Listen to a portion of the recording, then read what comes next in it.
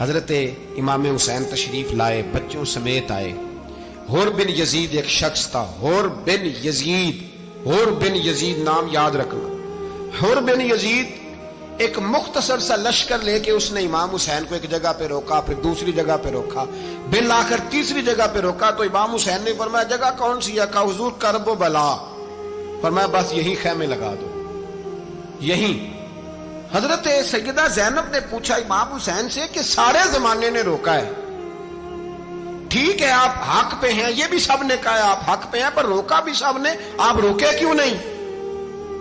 تو ابن کثیر اور ابن اسیر لکھتے ہیں کہ امام حسین رو پڑے، کہنے لگے بہن میں رک جاتا پر میں نے رات کو نانا مصطفیٰ کو خواب میں دیکھا ہے۔ تو حضور نے فرمایا حسین اگر آج یہ رواج پڑ گیا نا یزید جیسے لوگوں کا تو قیامت تک پڑا رہے گا، پھر لوگ کہیں گے کوئی نکلا نہیں تھا تو ہمیں بھی نکلنا، پھر لوگ ظالموں کے سامنے گردنیں جھکانے کے عادی ہو جائیں۔ میں کہتا رہتا ہوں، کہہ رہا ہوں، کربلا کی جنگ کفر اسلام کی جنگ نہیں، کفر اسلام کی جنگ نہیں کربلا کی، کیونکہ یزید تو بڑا پکا نمازی تھا، خطبہ دیتا تھا وہ تو۔ جب امام حسین رضی اللہ تعالیٰ عنہ نے کربلا کے میدان میں جمعے کا دن تھا تو یزید کے سامنے کو بات کرنی شروع کی، عمر بن سعد کے سامنے، تو عمر بن سعد کہنے لگا حسین زیادہ باتیں نہ کر، ہمارا جمعہ لیٹ ہو رہا ہے، جنگ کے لیے تیار ہو، فٹافٹ آ، اہل بیت نبوت کو قتل کریں گے اور قتل کے بعد پھر نماز پڑھیں گے اور پھر کہیں گے اللہم صلی علی محمد وعلی آل محمد، اسی نماز میں پھر درود بھی پڑھیں گے۔ یہ کیسا مرتبہ ہے، کیسا انداز ہے، دوستی قاتل سے بھی مقتول سے یارانہ بھی۔ حور بن یزید امام حسین سے کہنے لگا مجھے حکم ہے آپ کو روکنے کا، آپ آگے نہیں جا سکتے۔ امام صاحب نے فرمایا وجہ؟ زمین اللہ کی ہے۔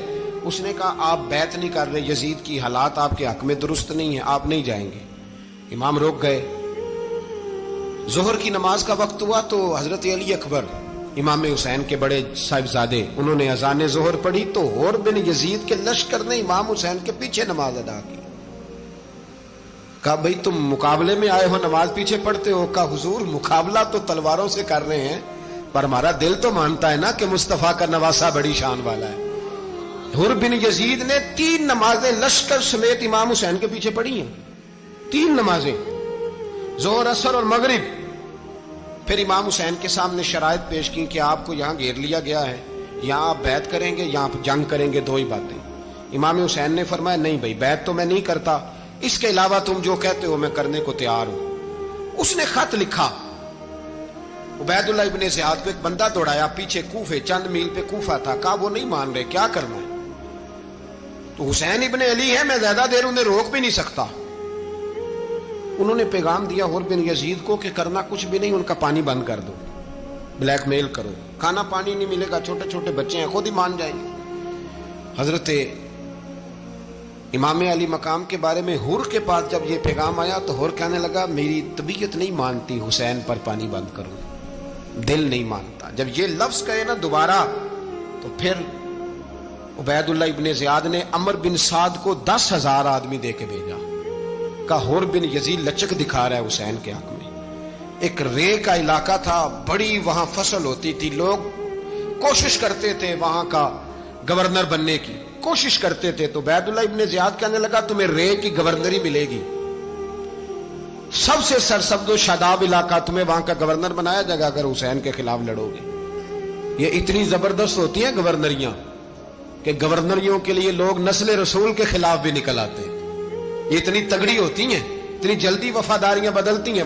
امام حسین کو روک لیا گیا، عمر بن سعد نے روک لیا۔ 1 محرم کو امام آئے، 7 محرم تا روکا گیا، 7 محرم کو پانی بند کر دیا۔ جانور پانی پیتے تھے، گھوڑے پیتے تھے، کتے پیتے تھے، لیکن مصطفیٰ کے گھرانے کو پانی پینے کی اجازت، 3 دن تک پانی بند رہا۔ 9 محرم کو عمر بن سعد نے اور لوگ بلائے۔ شمر ایک بڑا سخت آدمی تھا، سنگ دل بدبخت، جس نے حضرت علی اصغر کے گلے پر تیر مارا تھا، وہ اور لشکر لے کے آیا۔ رات کو کہنے لگا امام حسین رضی اللہ تعالیٰ عنہ سے کہ بس بڑا ہو گیا، یہ 9-10 محرم کی درمیانی رات، یا آپ جنگ کریں گے یا آپ بیعت کریں گے، 2 ہی باتیں۔ امام حسین اندر گئے، سیدہ زینب سے مشورہ کیا، باہر آئے، فرمایا بات وہی ہے جو پہلے دن والی ہے۔ او بھائی بچے ساتھ ہو،